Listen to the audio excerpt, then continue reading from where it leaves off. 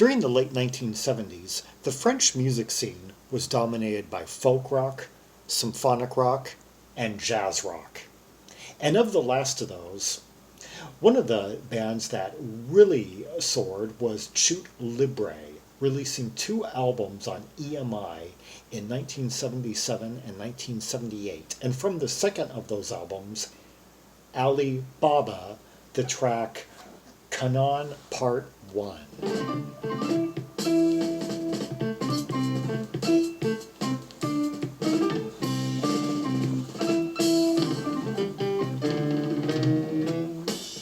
Already, just the stops and starts are just so tricky and just so loaded.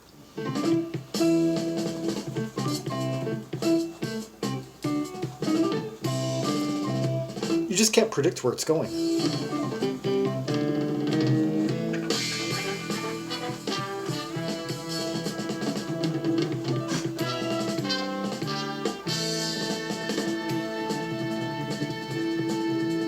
That drummer is really just playing the life out of this.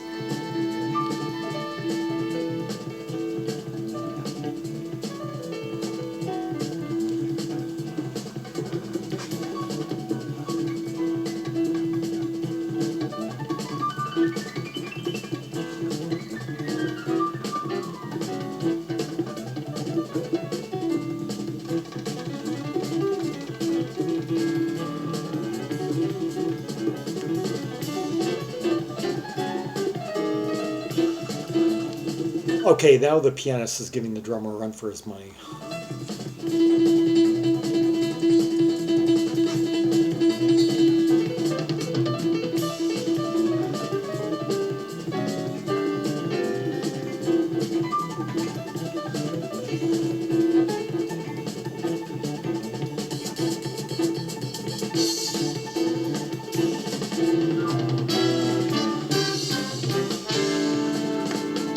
Let's extend a hand to pianist Olivier Hutman.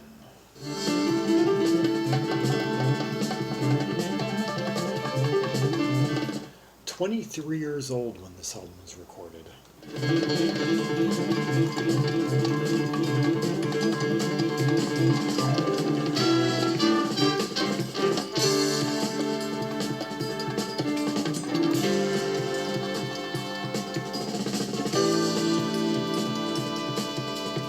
And drummer Umberto Pagnini.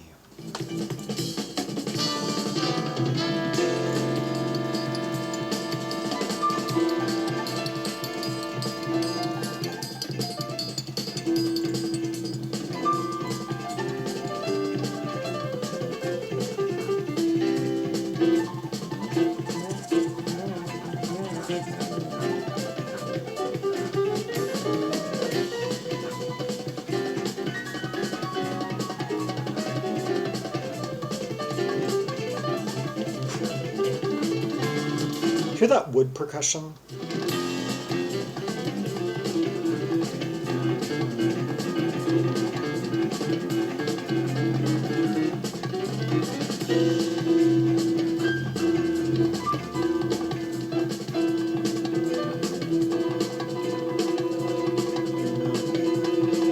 I'm hearing like a B major tonality. With some emphasis like in the bass on the fifth.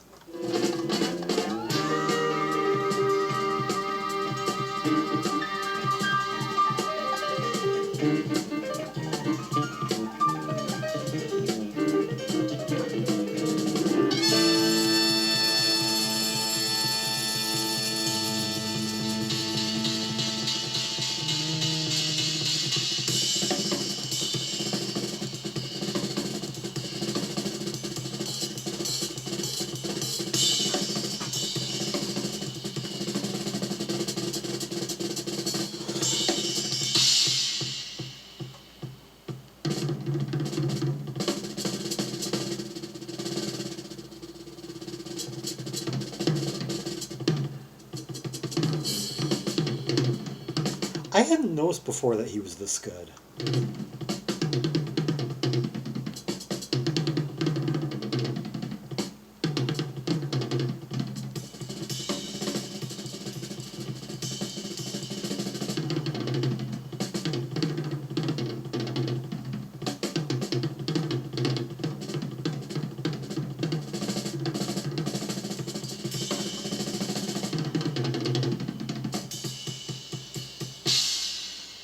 Ah, yeah, that was Canaan Part 1 by Chute Libre. And let's look at the background of Umberto Pagnini, the drummer. Um, let's see, in 19, his, according to Discogs, his credits go back to 1977, a year before this album, when he played on an album by Il était une fois. Not familiar with that. They look like a pop group. And then he was on, the same year as this album, he was on Asgard's Tradition Renouveau. Interesting. Yeah. They are not crediting him with the. Funny enough, they're on the first album. Mino Cinelu is credited on drums. Him having, although he's credited just with percussion on the second album, he having played with Weather Report at some point, and so I'm assuming that Umberto is the guy responsible for what we were marveling at, unless I just going by the whole thing with yeah. Yeah, because the other guy's credited mine. I think the wood that we were hearing was Mino, and all that skin bashing was Umberto. Let's hear another track from the album. One other thing I was going to mention. The same year as this album, interestingly, Umberto is credited with appearing on Asgard's Tradition and Renouveau album. A very good French folk band. Yeah, so quite a diverse player here. Let's hear another track from the album, Trop Tard.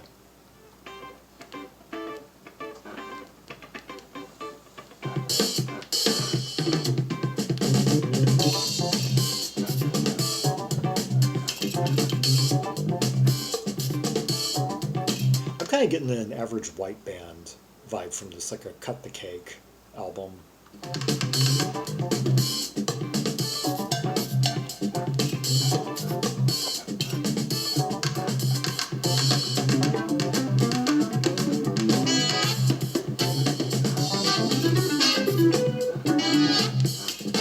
I like the layers I'm hearing. God, that keyboard, the sax, the...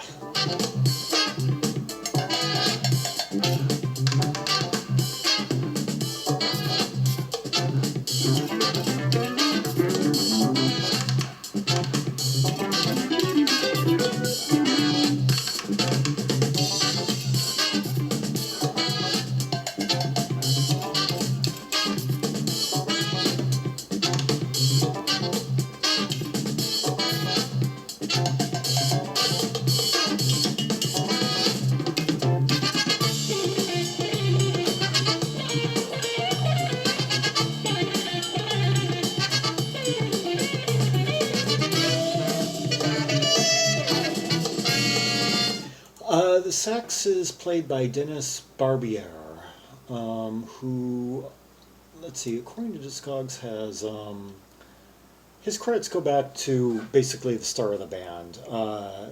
The album before it and the one that four of the members were on under the name More of a Gine, More of a Gain, or however you pronounce that. Yeah.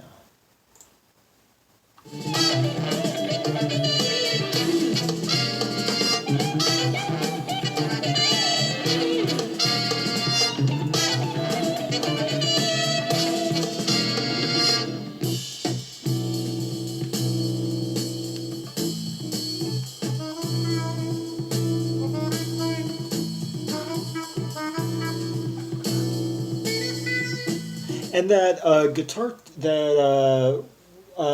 that we were just hearing is courtesy of Patrice Cinelu. Yeah, who's was pretty much a newcomer when this album was recorded.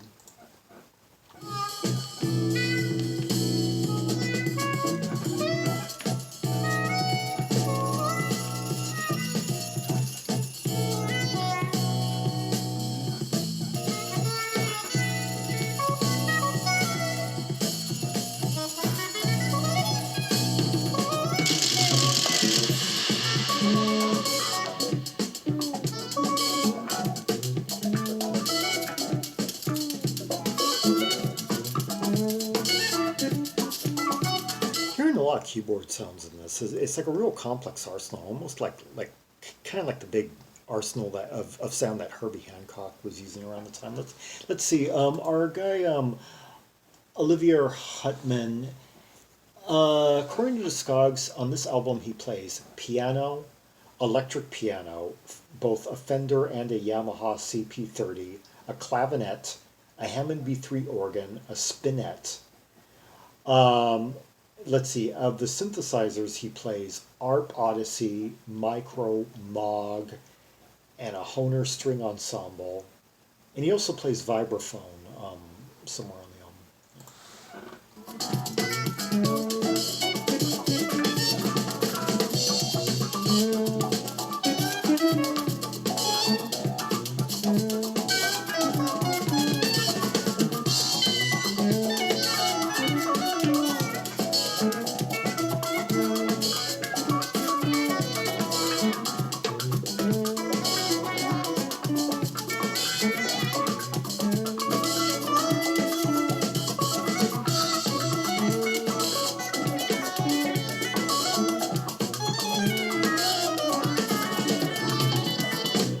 What kind of effects were being used on that instrument?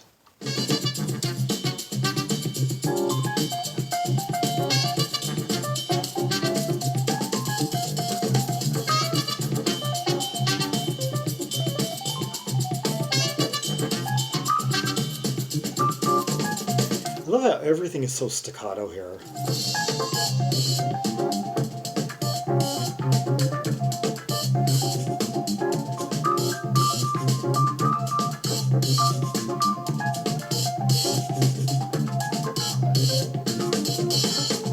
Those accents that the drummer's throwing in are just throwing off the bars. Like, it's so delectable, tricky, and it's almost like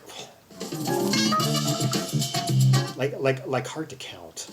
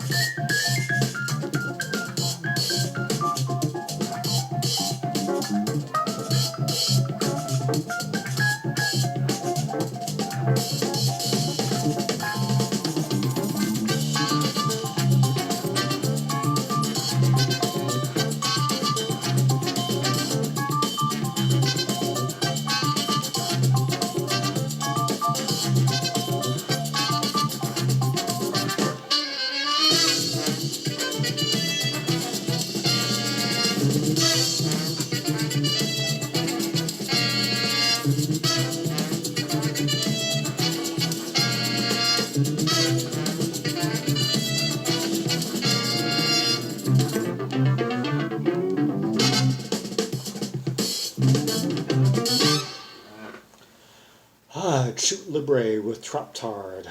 And before that, Canaan Part 1 from the album Ali Baba, released in 1978 on EMI, their second of two albums. They had a self-titled album out the prior year on that label, and before that, four of the members put out an album in 1975-76 thereabouts under the name More of a Gine or More of a Gain. Yeah. I wonder what that stands for. Oh, named after a novel. Yeah. And yeah, named after a novel from 1926. And As a matter of fact, what does Chute Libre, when I Google that, it brings up, let's see. Oh, I know what I'll do. Because when I Google that phrase, it brings up the band, of course, Free Fall. It means free fall. And that makes sense because the second album, the cover shows a guy in apparent free fall. Yeah. Well, funny enough, I just noticed this now. They write jazz rock on the cover. There's the name of the band, the name of the album, the figure in free fall, and a bird, and a falling stick, and the word jazz rock, almost as if they knew how to advertise it. Yeah, I mean, what could be better? An album that combines the best of both worlds and funk as well. A lot of funk, jazz rock funk, basically. And there were a few other instrumentalists that I didn't mention that are credited on the album. Trombone by Philip Simon, and trumpet by Olivier de la Taille. Yeah. And I think that pretty much covers it, of the regular players anyway. Yeah. Uh, France really just full of bands like this. As well, all of Europe was just crawling with music like this around the time. I mean, once jazz, rock, and funk, once they coalesced, I mean, it was just high time for musicians who wanted to just explore the furthest potential of scales and meters and interplay and counterpoint. Yeah, very inspired time. And that raised the bar on musicianship and just the utmost in creativity. For more Rubies and Sapphires from the two Chute Libre albums, see the directory of albums by French artists linked in the description below for red hot tracks and tasty purples from these two albums and the band they were in before it, as well as similar like-minded bands like Transit Express, and all across the musical spectrum of that great nation, as a matter of fact. More than 10 100 titles currently on the French directory. Like and subscribe and follow me on social media, and leave a comment if there are any observations you have about the two tracks we heard, the arrangements, the counterpoint, the harmonics of it all, which solo stood out to you. And until next time, this is Zaragon, the world's most air travel maximalist, signing off.